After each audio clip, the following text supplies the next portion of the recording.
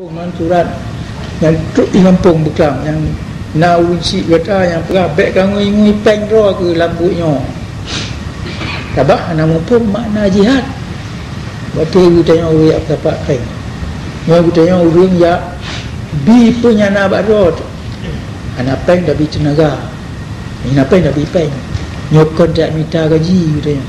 Melilun ya dia kata don bi peng lo nya kebutnya kon dia dapat peng. Yang cik kata bantuan kita ni kaya apa yang bi peng cawang kai bi peng terang bi. Jadi miana orang tu mikir baik ngui peng ro bunyo. Ho cita mi ngui peng kakoli yang menjihad kakoli yang mau perang tapi katalah pam yang mau bayar lagi nak.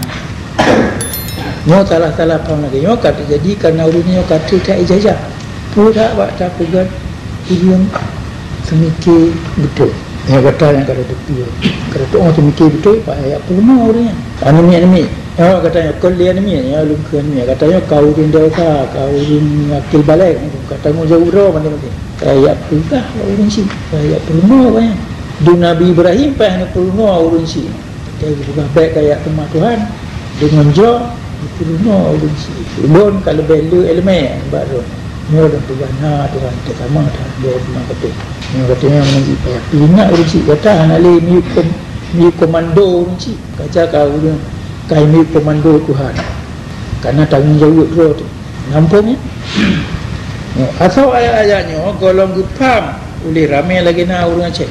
Urung-urung yang ka kiriman agam kena.